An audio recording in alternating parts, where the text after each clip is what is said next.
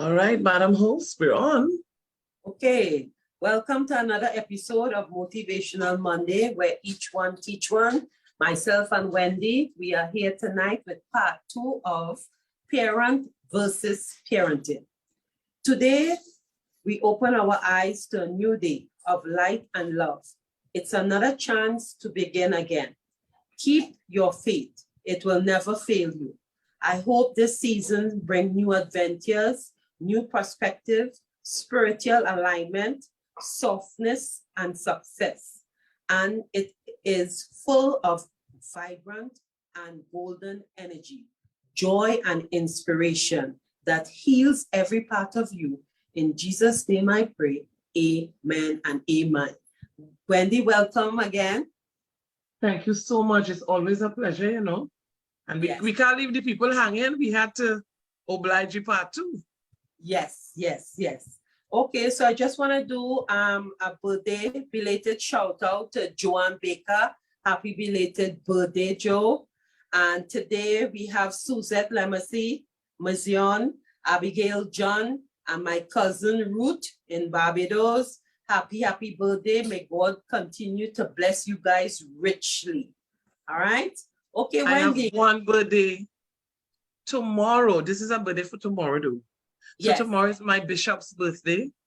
Bishop Dr. Gary George from Jesus Elam International. I want to wish him a happy 62nd birthday. Amen for that. So word of the week, Wendy. What we have this week? Well, Gail, word of the week. Word of the week. Phyllis, the word of the week that I chose is empathy. Right. I chose the word empathy, and I want to share why I chose the word empathy. And it ties in beautifully to what we are actually discussing this evening. Right. And one of the things that I like about the word as well is sometimes people mix up the word empathy with sympathy. Yes. So I want to bring I want to bring a bit of clarity to each and every one, wherever you're joining us from, wherever you're chiming in from. Welcome to Motivational Monday. Phyllis is the host, I am the guest. So we use empathy shown in terms of compassion and understanding that we give to each other. Sympathy is more a feeling of, I don't want to use the word pity, but we use sympathy when we're in mourning. Yes. So sympathy is more for in mourning, and empathy is how we show compassion and understanding. And we will get a deeper understanding of why I chose that word as we progress. Yes. Okay, great. Yes, as we progress, they will see, but this is why she chose the word. All so right. That is your word of the week. The word of the week is empathy. Great. And over to you now. Yes, we have a health segment. And seeing that October is Breast Cancer Month awareness, we are going to just shout out some common cancer in women in the United States. And the second most common cause is breast cancer. It's good. It's a good time to talk about how women can be proactive about prevention. And here's 8 steps. 1, maintaining a healthy weight. Number 2, eat a healthy diet. Number 3, quit smoking. If you're a smoker, quit smoking. Number 4, consider breastfeeding. This is for persons who are having or pregnant or having kids. Right. 5, limit alcohol intake. Now we could say that one again. Limit alcohol. Alcohol is associated with an increased risk of developing breast cancer. Women should limit the consumption to less than 1 alcohol beverage per day. Those who have 3 or more drinks per week after being diagnosed with breast cancer have a greater chance of disease reoccurrence. Right? Number 6. Take your vitamins. Vitamins D may have a higher chance of developing breast cancer, right? So they say especially vitamin D. So you can take vitamins, but especially vitamin D. Some studies show that the post-menopausal woman with lower levels of vitamin D may have a higher chance of developing breast cancer. Wow. Right? Something as simple as vitamin D. Yes. Number 7, breast self-exam. You know, we learn this while we're showering to always, Yes. you know, in the circular motion, you always check to see if for lumps and different things, anything that you feel that is not supposed to be there, please go to your GYN. And number 8, get screened. We talk about screening. Yes. Some people start as early as 40 years. I saw Claudette, and you know, she was talking about how she went through with the breast cancer. But again, once it's running in a family, you're supposed to start as early, and if none, at 50. Wow.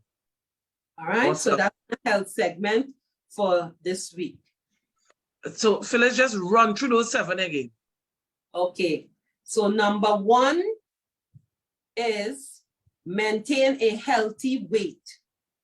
Number 2, eat a healthy diet. A well-balanced diet with plenty of plant food, fish, and olive oil can decrease the risk of developing breast cancer. Number 3, quit smoking. Number 4, consider breastfeeding. Number 5, limit alcohol. Number 6, take your vitamins. Number 7, breast self-exam. And number 8, get screened. Right. What was number 6? Number 6 is take your vitamins, especially vitamin D. Some studies show that postmenopausal women with lower levels of vitamin D may have a higher chance of developing breast cancer. Right. That's number 6. Yeah, and number 7 is breast self-exams. Right. Self-examine those breasts. Yes, and number 8, get screened. So they say in general, women age 40 to 49 are encouraged to share decision-making with their primary care provider. Women age 50 to 74 years should have a mammogram every 2 years. Talk with your doctor to determine what's best for you. So again, if you're high risk, you need to do it every year. If you're low risk, right, every 2 years past 50. Right. Awesome. And for those of you all who just joined, you know, there's a system in place for the program. We opened in prayer. We have the word of the week. We have a health segment. And now we are going into the recap. Yes. So for those who weren't here last week, this will be beneficial to you. Those who were there last week, it's a recap for you. We went through the 4 parenting styles, and you can see it on the screen. Yes. We had permissive, child-driven, rarely gives, pay attention, rarely gives or enforces rules, overindulges child to avoid conflict. So permissive is spoiled children. Yes. Neglectful, uninvolved, or absent provides little nurturance or guidance, indifferent to child's social, emotional, and behavioral needs.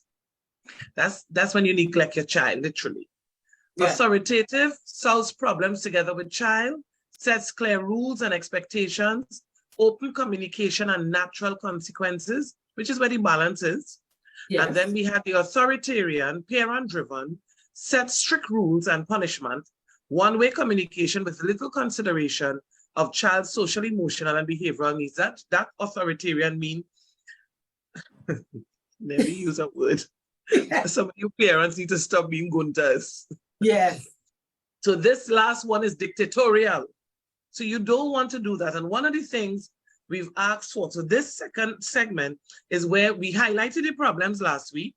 We would have asked you all to put yourself in different categories, which one you use, when you used it, why you used it, how you use it. And remember, there is no encyclopedia on parenting.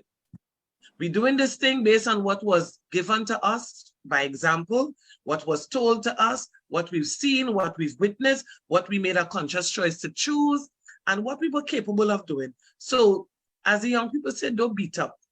Don't be blaming yourself for stuff. So Phyllis, we're going right into the solutions? Yes.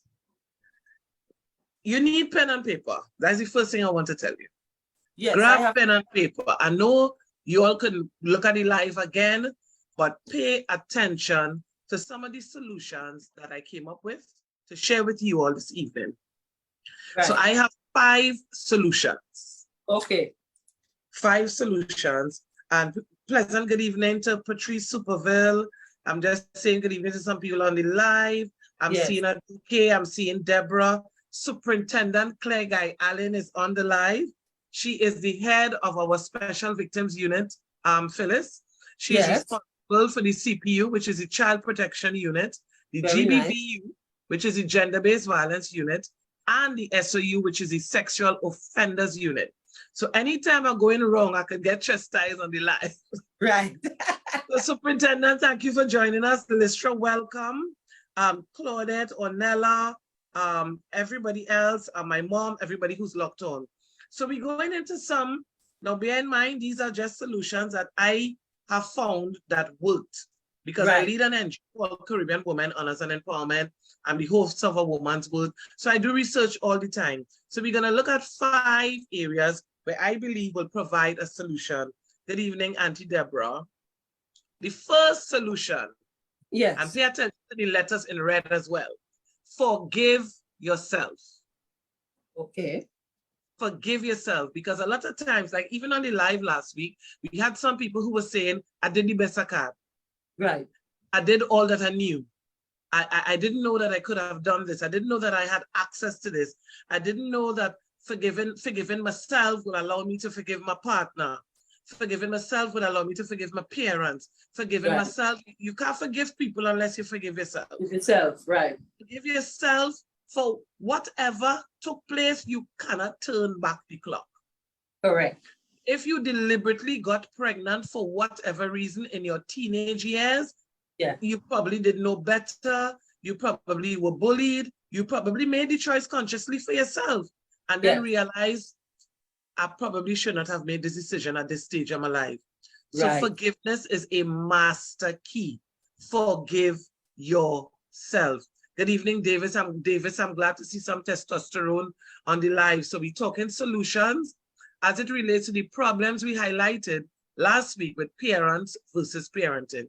So we're saying forgive yourself. And Wendy, I think forgiving yourself is really #1 key, because as you say, when you're young and you don't have good guidance, a lot of things happen in your life. And then we end up now having kids, and we end up being single parent because we didn't make good choices, because when you know better, you do better. So when you're young, you just be young and dumb, I just say. But you know, with life and going through life adversities makes us stronger each time, you know. And I think really and truly, you really have to forgive yourself first, and then you could move on. And I think forgiveness for yourself is moving in life general.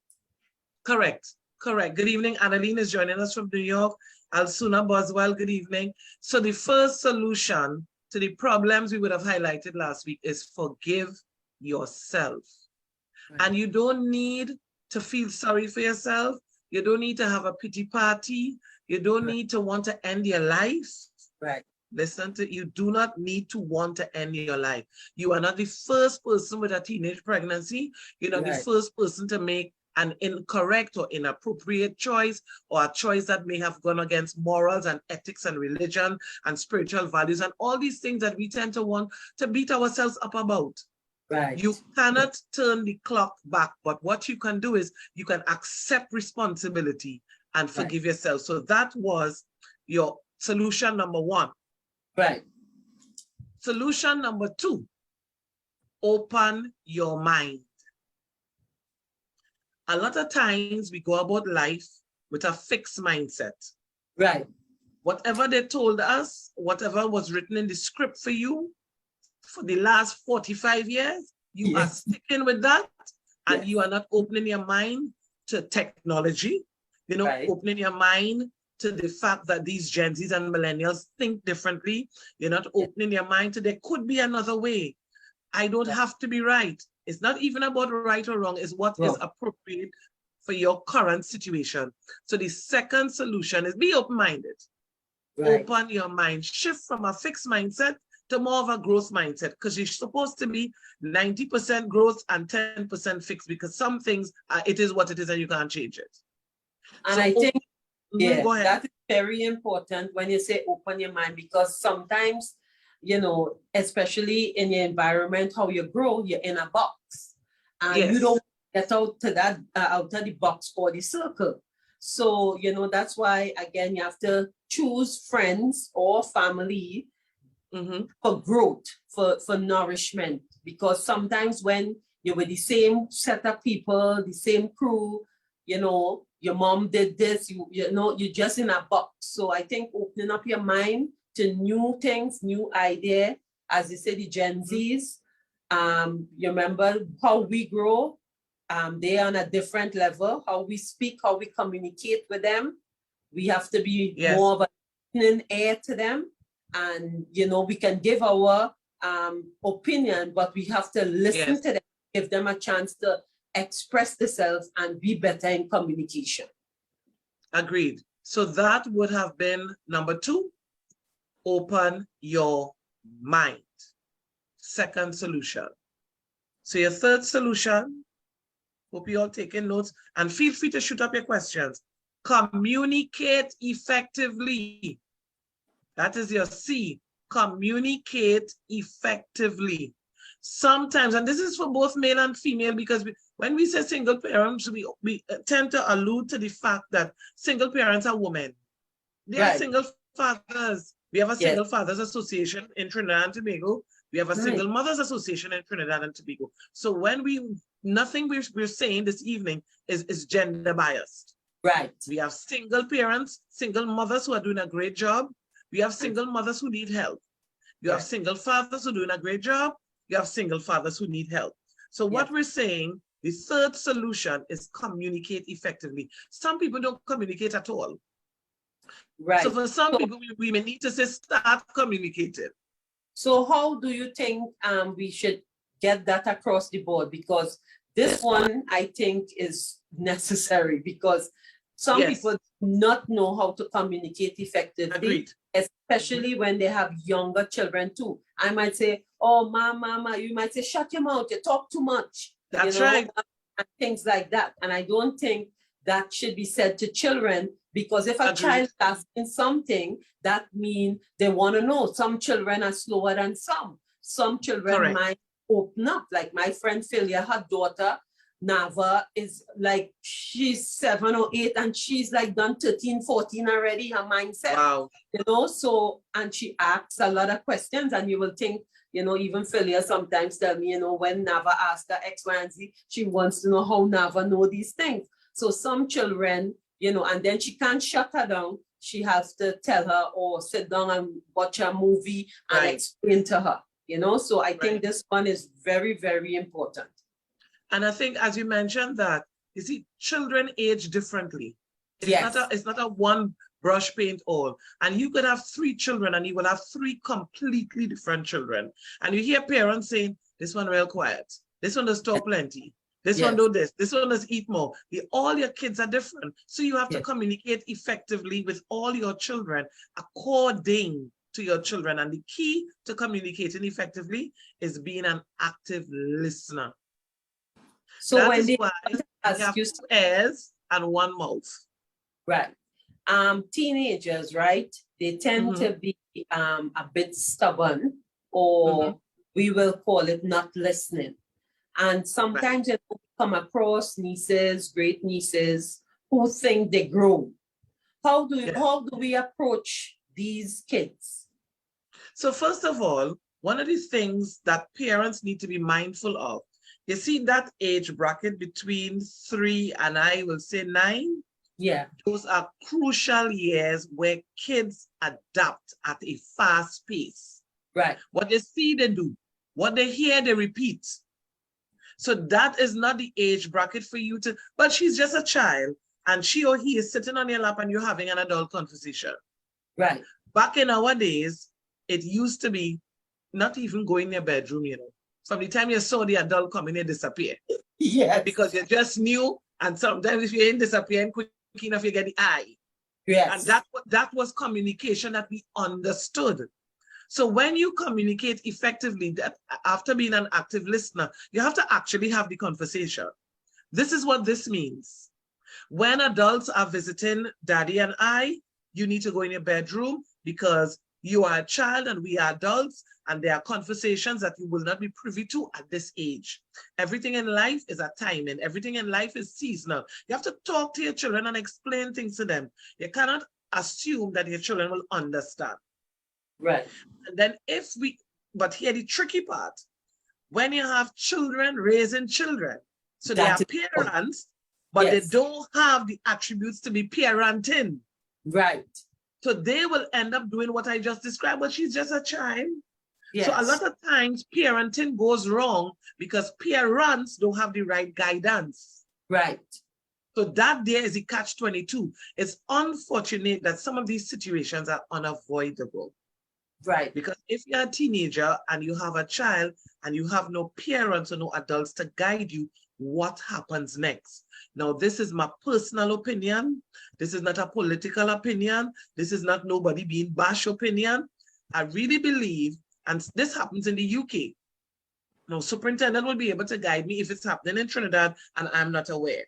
From the moment you enter the hospital space, unless you decide to keep your pregnancy hidden and you make a child at home, we obviously can't help you because we don't know. Right. But if you enter the system, the medical system, the health system, as a 14-year-old who's pregnant, from the moment they see your birth certificate, because you don't even have an ID card, you don't have a driver's permit, you must have a birth certificate. We hoping that you have a birth certificate. And they realize that you're a teenager. That's supposed to trigger something. A red flag.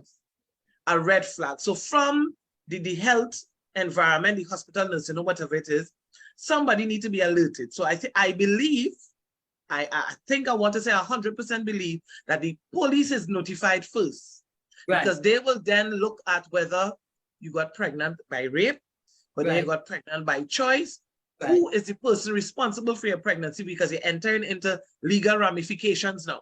So the police is the first ones notified from the health system. I believe that is taking place because that is why Superintendent Claire Guy Allen and all those units are set up. After that, what happens? There's a question mark. Yes. Is it that there's a monitoring and evaluation taking place? Is it that there is a group or a section in society that now offers parenting skills to this parent? Yes. Is it that they are monitored? What causes foster care? What happens next? Is this parent allowed to continue school while the system parents the child? That is the Johnny Cochran question that I've always had. Right. And I'll keep looking at the live because I'm sure that superintendent will shoot me a message on that. But communicating effectively has repercussions if it's not done properly. You can communicate, you know, people cuss out people and call that communication. Because you have to communicate effectively. So for those of you all who are now joining the live, I'm seeing a lot of people joining. Hi, Sharon, Marsha, Lomas, Julia, Janetta, hi mom, June. A lot of people now joining the live. This is part 2 of parent versus parenting. And we established last week that once you have a child, you're a parent. You are a parent once you have a child. But having the skills to parent that child, which is parenting, is what we're discussing. So we have teenagers who would automatically be parents if you have a teenage pregnancy, but do you have the right skill set to parent? So we went through the problems last week, and this week we're talking about solutions. So the first solution was forgive yourself. The second solution was open your mind wide from fixed to growth. And the third solution is communicate effectively. And to do that, you have to be an active listener. And you gave a perfect example for this. Children who come home and say, Mom, excuse me, I'm busy right now. Yes. Dad, you got a minute right now while watching a football game. Yes. When you turn away children, and remember each child is different. You could have a child who is weak emotionally. Yes. And that child could easily say, let me grab my tablet until mommy or daddy finish. Right. Normal, easy. And then you could have a child who is highly offended and feels rejected. Right. And when a child feels rejected, they close up themselves. They're not open to communicating with you again, because an hour later, you might say, Jonathan, you wanted to talk to mommy. It's okay, mommy. Yes. Whereas you could say to Hazelland, you wanted to talk to me earlier. Yes, mommy, what I wanted to tell you was, right. So to thy own self be true, you have to know your child, which means as a parent, you have to be observant. Very. Your child can be 3 years and you don't know your own child. Correct. So communication is key. And I want to flip the script as well. When we talk about communicating effectively, we're not just referring to parents versus parenting or parents versus child. The parents should communicate. Mother, father, communicate. Yeah. At the end of the day, no matter what took place to break you all up. Let's deal with the breakups first, and then we could deal with the marriage and those who live together and stuff. If you have impregnated someone, this is for the young men. Yes. You have a moral and social right to stand up as a father to the child and not hold the child hostage because of what went wrong with you and the mother of the child. Correct. And I want to say that to mothers as well. If something went wrong in the relationship with you and the father of your child should not be denied a father because you have emotions that you need to address. Yes. At the end of the day, when you bring this child into the world, you have a moral and ethical responsibility to ensure that this child is fed by both parents. I know there are situations that are exempt. I'm not telling you to put your child in the space of a drug dealer. Right. I'm not telling you to put your child in the space of somebody who is part of illegal activities or even maybe mentally disturbed, maybe one that may hurt your child. That's not what we're saying. Take it within context, eat the meat, leave the bone. Phyllis. So I have a question for you. How do we break generational curses? Okay, for example, your mother was a dropout, your daughter she went to school, she's a dropout. You're bringing kids up now, they are dropout. So for me, I'm not seeing that this generational curse is being break with some parents, and then your daughter having kids, so you become a grandparent now, and the cycle just keeps showing the same effect. How do we try to break the general curses, especially when these people, these young people, don't want your advice, they don't want your opinion, they don't want your advice. You're not my mother, so you can't tell me what to do. Two things. How do we approach that? So this is my personal opinion again. Don't shoot me. First of all, there's a spiritual side. Yes. Now, bear in mind, I did not say a religious side. Right. There's a spiritual side. Generational curses can be broken. Okay. There is no generational curse that cannot be broken. Right. First of all, you have to recognize it for what it is. Right. So once you identify that this is a pattern of behavior that has been trickling down generation by generation, and like somebody has to stop and say, hang on a minute. Yes. I don't want that to happen to me. Right. I don't want this to happen to my offspring. It stops here. Right. The curse, you could speak to a curse, decree a thing, and it shall come to pass. Right. You can cancel a curse just with your tongue. That's why they say life and death is in the power of the tongue. So you can break a generational curse once you understand it and see it for what it is. The other way you can flip the script is by understanding your worth. Right. Okay. I am not and I'm just using myself as an example because I am a shadow of my mother. But you can say to yourself, I am not my mother's mistakes. Right. I am not my father and his mistakes. Not because my father was a drunkard mean I need to be a drunkard. Not because my mother was into prostitution and drugs means that is the way I should go. Right. It's a tricky situation for the mind. Right. If that's all that you're seeing, You don't know anything else. And you said it perfectly well with that quote from Oprah. Once you know better, you do better. What about when you don't know better? Right. Who comes to your rescue when you don't even know that you need rescuing? Right. Because you think that this is life. Right. You think that this is it. This is how people conduct themselves. Right. It's like teenagers that going into prostitution because their mothers were prostitutes and then their grandmother was a prostitute. And you think that this is normal. Right, right. You don't know life beyond prostitution because for you, it's normal. Yes. So we have an advantage with technology. Hopefully you're doing research and things popping up in your social media platforms, but we still have a level of poverty that exists in Trinidad, Phyllis, where we have people that don't even have electricity. Correct. In Trinidad and Tobago, there is a level of poverty that exists. We're not going to pretend and brush things under the carpet. We are here to communicate effectively as well and to give you the right information. In those remote, triple, quadruple remote areas, what do you do? We have to reach those people. Right. If they can't get to the technology and they can't get to the information, somebody has to say, let's go to them. Let's go out to them. And this is not a plug for A Woman's Worth, but that's where A Woman's Worth is headed. Right. We have the first couple episodes live on CNC3, and then I'm hitting the communities, and the rerun will end up on CNC3. Right. We're going live from the remote areas because we both are very solution oriented. Yes. We just highlight a problem, you must have a solution, because we end up with a society of complainers. Oh, I'm fed up with these children. The teenage pregnancy. This one is a prostitute. The father gone again. The mother was a slacker. The father is a good man, you know. And we complain. Yes. With Begonians, we complain. But who coming up with the solution? We leave it for the government. We leave it for the ministries. We leave it for the churches. We leave it for the public figures like us. We have to be part of the solution. Right. And communicating effectively is a master key. So my response to breaking those curses, understanding your worth, dealing with it from a spiritual perspective, understanding your worth, and each one help one. You say this all the time. This is your mantra. Each one help one. Yes. It's difficult to help in 2023, you know, because as you rightfully said before, you ain't my parent, you can't tell me what to do. Yes. And that may deter someone.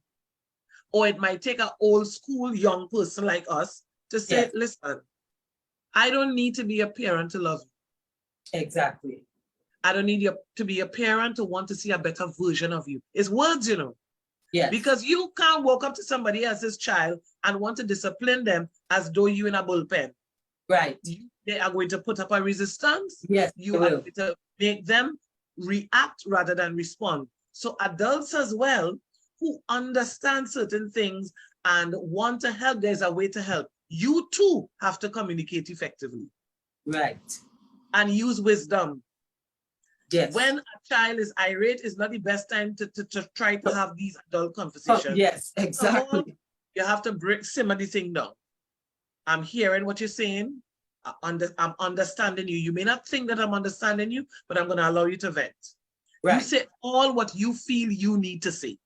Whether I deem that to be appropriate or not is not the issue. Right. And sometimes this is going to be a hard pill for some to swallow. Sometimes that may come with obscenities. Right. But if that's all they know, and that's their way of communicating, at that point in time, allow them to vent. And when they have finished, no interruptions, by the way, because that turns it into an argument. Be an active listener. Allow them to vent. Say all what upsetting them, what frustrating them, who they feel to knock out, what they're feeling to do. Let them vent. And then you say, now that you've said all what you've said, and I understand you clearly, may I respond? By that time, they need to breathe because they vent so much. They need to breathe. And while they're breathing, you could then say, I hear you. This is not about right or wrong. This is about me wanting to understand you. So let's take what you just said in equal proportion. Mm-hmm. You said you're frustrated, you're vexed, you want to kill yourself. Yeah. Let's deal with that. You can't take life. What would it take for you to have a better life? If you could have anything under the sun, what would it be? Well, I don't like where I live in. My mother frustrated me. My father just hit me too much. School ain't working out. My teacher crazy. I get pregnant twice. They will have a response. You don't want to kill yourself, just so. Right. You must, and then from there you say, well, listen, let's deal with the area. If you don't like where you're living, what about where you live? Is the environment? Is it the people? Is it the what? And you start to break this person down. And once you've listened and you start to respond rather than react, you're taking this person. So this is the suicide here. This is the person, they're ready. From the time you start to communicate effectively with the right tone, and they realize somebody listening to them, they realize that somebody care, they realize, but wait, this life is as bad as I thought it was. Because this lady or this gentleman trying to help me out. And you realize, but wait, they will realize, they may not say it to you, but they will realize to themselves, well, suicide is really the best option, you know, because this is what I want to become. This is what I want to do. This is what I want to embrace. And you now give me some hope. You could communicate with somebody and remove, look at the movie, somebody on top of a building getting ready to throw themselves off. Who do they send? The best communicator? Yeah, They send the best communicator in this police service or the fire service. They send the best communicator. Sometimes they call them negotiators, but they send the best. Yes. Because you can't shout at somebody who on top of it, you better come down from there. No. Going to dive. Yes. So communication effective communication save lives. Nice. Effective communication could eradicate poverty. Right. Effective communication could decrease crime. Effective communication could eliminate teenage pregnancies. Effective communication could bring parents together. You may not rekindle the relationship you once had when you were in heat, but communicating effectively could make two parents realize, you know what, this is not about us. Right. And somebody has to be the bigger person. It can't be, well, he who talked to me, how he felt like speaking to me, and he did this and he did da, and he ain't making the first move, and is when you're ready to apologize. Forget all of that. Right. It's about the child. Sometimes parents caught up in their own emotions and a set of banter and who's right and who's wrong, and you're bringing them up for maintenance. And what is all of that? Yes. What is all of that? Communicate. The courts don't need to be so crowded if we could just communicate as human beings. When you go to court, some of these, when the father have maintenance issues, when you go to court for these maintenance, the first thing the judge will say is there an option for you all to communicate? Right. The first thing the judge asking you about is communication, you know, because everybody want to kill everybody. You find he should be paying maintenance. Now, I'm going to plug this in. Young ladies, women, teenage mothers, I'm talking to females right now. Be careful with God's men. Right. I want to say it just like that. Be careful with God's men. It will flip just now, don't worry. This is not a banter to the women, but be careful with how you're treating somebody that was created by God. The same way us women are created in his image and likeness, so are the men. So when you carry a man to court for 10 years and have him paying maintenance only to realize the child is not even his, those things are right. Be touching everything, you know, those things are right. Yes. It's not right. So to me, I don't know if some sort of legislation needs to change, but from the moment you bring up somebody for maintenance, paternity test. Yes. I have seen too many men pay maintenance for children that aren't. No. Yes. And you're not even allowing the gentleman to even see the children. So there's no communication, nothing, but you need the money. Yes. But gentlemen are coming to you now because it's not just about the women. If you weren't there, your name couldn't call is what people say. Right. But you may not be the only person who was there. Correct. So then you need to protect yourself. It's free. We're talking parents versus parenting. Young men, protect yourself. Ladies, be wise with the choices you're making. So that was number 3. We said good while with number 3. Wait, so remember before you move on, I want to ask you one question. Mother and father who not getting along, speaking in front of the child. Could you go on that one for me, please? Sure. There are some things you do away from your children. Right. You have to let wisdom prevail. At the end of the day, children have favoritism with parents, whether we like it or not. Whether you're closer to your mother or you're closer to your father, or you get along more with your father or you get along more with your mother. And children will tend to take sides. And then parents should not be poisoning children's mind against the next parent. Right. You know, but with your father, your father is a fool. How could you tell a child that? Exactly. These are things parents are saying. And then that child is going to go away with that in their mind. But to answer the question, if there is a discrepancy or if there is something that may not be right, some things you have to let slide and discuss it away from the child. Okay. Some things you can address in front of the child, but using a bit of tact and diplomacy. You cannot be cussing out your wife, who is the mother of your child, in front of your child. If your child is seeing you disrespecting their mother, two things could happen. The child could get defensive and go on the mother's side and wonder about how daddy could be talking to mommy like that. Or the child could then believe that this is how it is. Yeah. This is how it's supposed to be. So the next man that talk to your child like that, your child accept it as the norm because that's all they know. Right. So these are things we want to address. Thank you. Not a problem. Hi, Julie. Hi, Dawn. Hi, Irby. Hi, Francis. Hi, Sharon. Everybody chiming into the live. Don't feel free, rather. Shoot your questions, ask, give your opinion. Feel free to do that. So the third solution first was forgive yourself. So I want to tell you go over it for the ones that just time. So the first solution was forgive yourself. The second was open your mind. And this is number 3, communicate effectively. Now, here comes number 4. This one has some problems. Understand that as a parent who may or may not be parenting effectively, understand that you may not always be right. Right. That is a big one. Yeah, they have this thing, well, I am the mother, listen to me. I am the father, listen to me. I get that you are the parent and you have some level of authority as the parent, but try to understand your kids more. This is not back in the 60s, 40s, 50s. Understand your children. Understand them. They aren't perfect. Your title doesn't make you right. Because you are named mother or father does not make you right. Now, we're not saying that there should be a banter with who's right and who's wrong, but try to understand your children and their way of communicating. Try to understand how they say things. Watch their body language. Right. A 3-year-old child who is about to sit and is sitting guardedly, taking extra time to sit, trying to sit on the side, could mean that there's a pain somewhere. Right.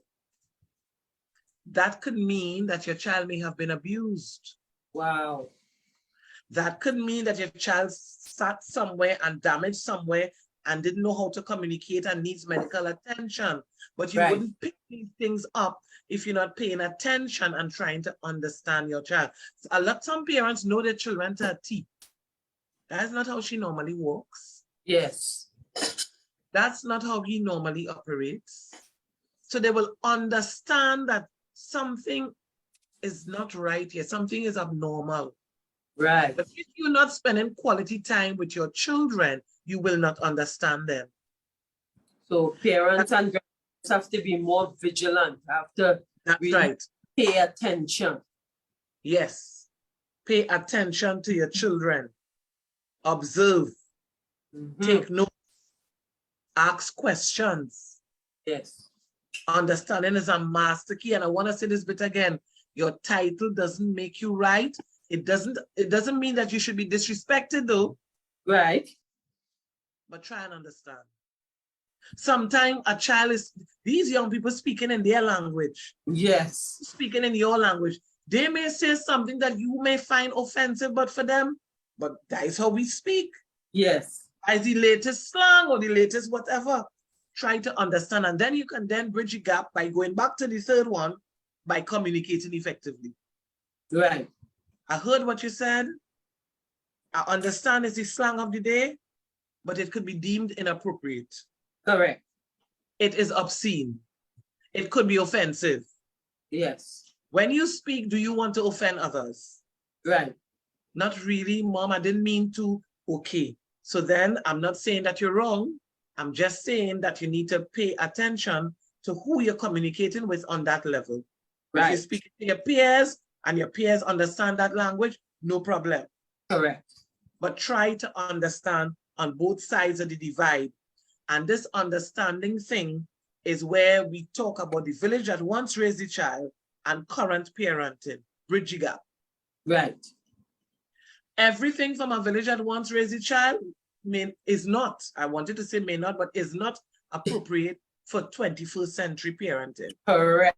Correct is right. Everything that is available via technology and social media in the 21st century is not appropriate. So we have to find a way to bridge the gap, and we can only bridge that parenting gap by trying to understand each other. Right. So parents Any questions coming in on this thing here? Yeah. Parents need to, as you say, be vigilant. Yeah. They were a child too, so sometimes I think you need to put yourselves back into the position that you were in before you go and attack the children. But you will want a child also. Yes, definitely. Definitely. So one of the things I'm seeing, Al-Suna is saying communication starts with the gift of listening. Exactly. It does. Yeah. So the final solution, and then we open to discussion. Yes. Sacrifice. Sacrifice. We don't like to sacrifice. From the moment you become a parent, your life has changed. Completely changed. Completely. And there are some sacrifices you would have to make. You would have to make. I wonder, I want you to say that again, because some people hearing, but they're not listening. You understand? Once you become a parent, this word on the screen here kicks in like a tsunami. Sacrifice. You now have a child to breastfeed. Yes. You can't be out partying 24/7. You are going to starve your child to death. And that is not your mother child. No. Your mother cannot breastfeed your child. Yes. The father of the child cannot breastfeed the child. Right. The neighbor and your girlfriend cannot breastfeed your child. You have to sacrifice some things. Now, I understand that it is not as black and white as that. Right. Because if you're a teenager, sometimes your pregnancy may be a rough one, and you may not be able to breastfeed and all the rest of it, but your life has definitely changed. Yes. You now need to understand what you got yourself into, whether willingly or unwillingly, and what do I need to do to maintain this thing? Yes. Sacrifice is a key, a master key. Sacrifice. Some of the young ladies are forced to sacrifice school. Yes. Because you can't be going to school with a big bump. No. You would have to sacrifice school. It may be short-lived. It may be for a period of time. You have to sacrifice doing the things that you're accustomed doing, because although you may be a child, you have chosen parenting. Yes. That's a choice you made. Life is a reflection of the choices we make. Yes. We have to be able to accept responsibility for the choices we make. Gentlemen, don't think we're bashing ladies. Actually, we're not bashing anybody. We're just saying what is. Yeah. Stop being sperm donors. Yes. If you have confirmed that you have fathered a child, not because you grew up without a father and you believe you did well, means that the child should grow up without a father and you just be absent. Right. Sacrifice. Sometimes you have to sacrifice relationships based on the choice you made. Yes. Now there's some single parent, two fathers out there who really make a lot of sacrifices for the children, just like single mothers too, you know. Correct. We're not bashing them, we're just saying, you know, make better choices in your life. Think before you act. Correct. They say 5 minutes of pleasure is a lifetime of pain. Yes. And that's why we have so many sperm donors out here today. Yes. And gentlemen, value yourself. Yeah. Understand your worth. This is a bit that the women know all too well. Well, some of them. Men need to understand their worth as well. Yes. You can't tell me you have 12 children for 12 different mothers. What's wrong with you? Yeah, I was talking to somebody and they tell me they're dating this guy and he has 15 children or something like that. And it's her friend. And I was like, 15 kids with different women. What kind of example is that? You think you'll be the 16th and he don't care, so you're going to the 17th. Make better choices. And not just being the 16th, you are now a stepmother to 15 and have to deal with 15 baby mamas. Yeah, exactly. When you get involved in a relationship and you get involved with a man, you get involved with the children, it's a package, you know. The package. Unless he is a single man, there is a package. Yes. There is a package. So Phyllis, that's the acronym for everything we just discussed. Focus. Focus on you. Focus on the fact that you're a parent. Focus on the fact that you now need to adopt parenting. Focus on the fact that you have a moral responsibility to bring these children up the best way you can. Right. There's help around. Everybody's situation is different. Google Ministry of Health, Ministry of something, TTPS, Child Protection Unit, Children's Authority, 555, 999, 911, the Gender Affairs Unit, Office of the PM. We have so many areas that we need to focus on. I'm seeing people join in. What we did this week is we found solutions for the problems we highlighted last week.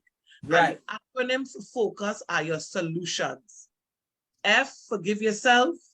O, open your mind. C, communicate effectively. U, understand. S, focus. So that is your acronym for focus. So Phyllis, what you thought? I think that I love the acronym focus. I think I'm going to keep posting it on my Facebook page too and on Instagram, because I think, number one, forgive yourself. Focus. Number two, open your mind. And we have to always keep asking God to renew our minds, right? That's right. Number three, communicate effectively. This goes all through the board, not only as a parent, in your job, in your everyday life. Right. Number four, understand, compassion, understand the difference in life and the way how things are. And number five, sacrifice, what most of us as single parents, I'm speaking for myself, did to sacrifice, because you want your child to have the best, you want your child to have the things that you didn't do, and you want to make sure and still go back to school to make sure you attain your goals. That's right. Sacrifice is not only like, it's not a death sentence. You're sacrificing to be further on in life, to be where you are, to enjoy the best of what life has. Correct. Yes. Sacrifice. I mean, parents sacrifice for you. Yes. Yes. It's a baton that is being passed on. But out of all the acronyms, Phyllis, which one stood out the most for you and why? I feel number one, forgive yourself. Because for me, I could talk for myself. At the age of 18, I got pregnant. And if I had known better, I may not have gotten myself into that situation. But as you say, I didn't have a mother to sit down and really talk to me to say, hey, if you're going to die, unprotected, you will have a kid. So I had my kid, you know, not planned. But I always remember one thing my mother always taught me. She said, with or without a father, your child will live. And at the age of 18, when I had him, I started to work at a young age. And I know that I never wanted to be a single parent to any other child. That's why I only have one child. So I made this decision at a very young age. And I make a lot of sacrifice, Wendy, a lot, you know? Yes. And I had to open my mind. I had to communicate efficiently and effectively. I had to understand, and I had, again, sacrifice. So everything you talk about here is a reflection of my life.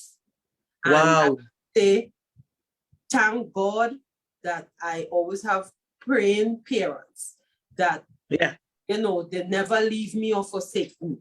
And when I got pregnant, I had to be focused. Yes. You know? So you see, one of the blessed ones. Yeah. Yeah. Awesome testimony. Yeah. You see, one of the things that you did is you accepted responsibility, and you acknowledged when you got pregnant at 18, we would have just come out of school. Yes. That although you got pregnant, there was a damn moment. Damn, Phyllis. Yes. If you did, if you didn't, if you didn't. And you realized you're making a mistake again. Yes. So you realize as well that children ain't cheap. No.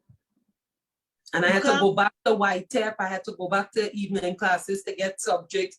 I had to go and finish. You understand what I'm saying? Yeah. But Wendy, what I can say is, as a little girl and you have a dream, your dreams can come true, because I got the opportunity to Africa. I always wanted to be a flight attendant, but I'm working for an airline for the past 17 years. So God is good. Whatever you want, speaking things in existence, you know, and I always say these spoken words, always speak positive in your life. That's and if you're around negative people, you're getting away from them. Speak it in your life. Whatever you want, you know, you go for it. You can do it. If it takes 10 years, you will do it. You know, never give up. Never give up.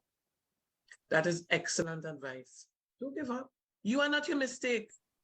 To the men and women, I saw Francis just came on the live. Is that I like when men come on the live, you know.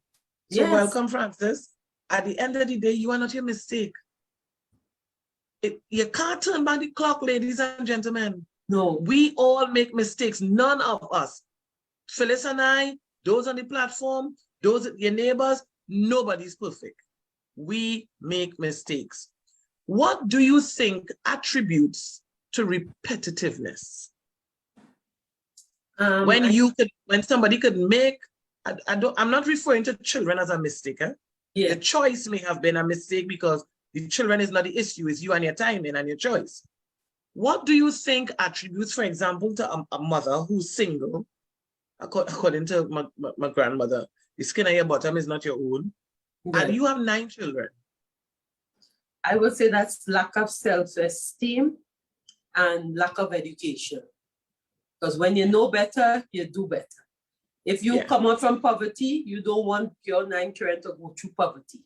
At least you will hopefully you will be on 1 or 2 and just say, you know what, let me try and struggle with these. Let me take them to, let me pay for dance class, soccer, guitar, whatever the children want and like, and they can excel in, you put them in that and make your sacrifices. I find parents now not sacrificing and they're not doing nothing with the kids. The kids just home, be on the tablet, they're not communicating. They have nothing like that anymore because they're not making the sacrifices. Again, general curse too. You understand? You've got to break those general cycle curse. I don't understand it. Agreed. Agreed. This has been an amazing session. I see it's 8:59. We're on time. Yes. Amazing, amazing session. Thank you for having me for 2 consecutive weeks. You get double whammy. I know, right? You get double whammy. You had me for 2 consecutive weeks. We are going to download the live. We're going to share the live. We're going to upload it on YouTube. And this was an amazing session with Parents versus Parenting. Thank you for having me, Phyllis. Do we have any questions from anybody on the live before we wrap up? Yeah, Wendy, I just want to say, it's always a pleasure having you on the live. And yes, last week we had about 700 and something viewers. Thank you so much. A lot of people view. We had a lot of people share the page, and I just want to say thank you and continue to be the force that you are. Continue that the walk that you're walking, Wendy. You may not see it, but you are a perfect example that others follow it, kudos, and I know your reflection on your mom, so I know your mom and your dad did a terrific job with you, and just keep on doing what you have to do. Spread the word. Somebody out there must get something out of it, out of the viewers tonight, Thank you so much, Phyllis. I'm really humbled. And, you're in New York. Well, yes. You live in New York. Because you're not there right now. I'm in Colombia right now, Medellin. All right. Well, she tell you all where she is. Yes. And you do your Motivational Monday, your Monday Night Live from New York or whatever part of the world you're from every Monday. Yes. I do my stuff. So A Woman's Worth is on a Wednesday on CNT3 and on Facebook Live. Right. The people who know me and watch me may not be the people who know you and watch you. Correct. There's room for everyone to have a voice. Yes. And I could tell you all this. We on the live, I've known Phyllis all my life. We went to school together. There's never, ever, ever, ever, ever been a competitive spirit between us. Never. Never. No. Never. Never. Never. No. Phyllis doing her thing. Once I'm free, I jump on Phyllis Live. I'm doing my thing. Once Phyllis free, she jump on it.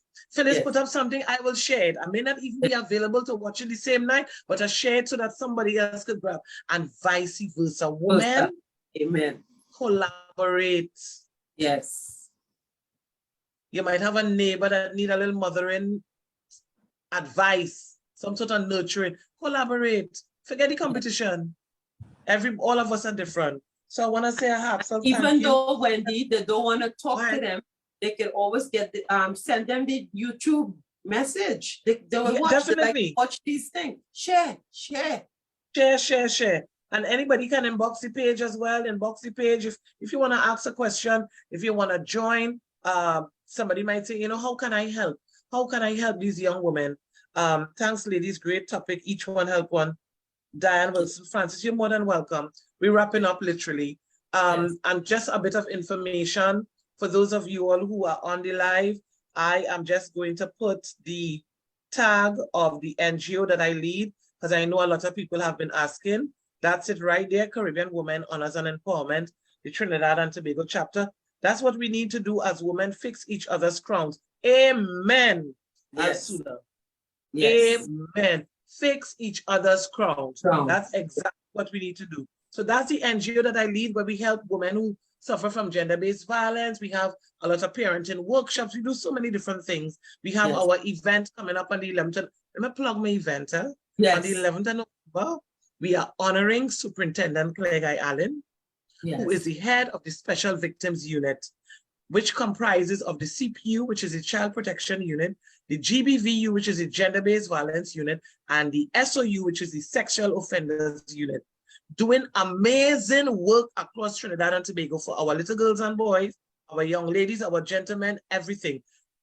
Come out and support. Inbox me, tell me something, do something, buy a ticket, support. Phyllis, all the best. God richly bless you. Thank you to Superintendent who is on the live as well. And everybody else who joined, you're more than welcome. I'm saying thank you for this empowering session. It has been an amazing evening. Thank you all for the support. Each one, fix somebody crown. Teach one, fix a crown. Yes. Fix a crown. That is your fact. FAC, fix a crown. God bless you all. Have an amazing evening. Phyllis, we were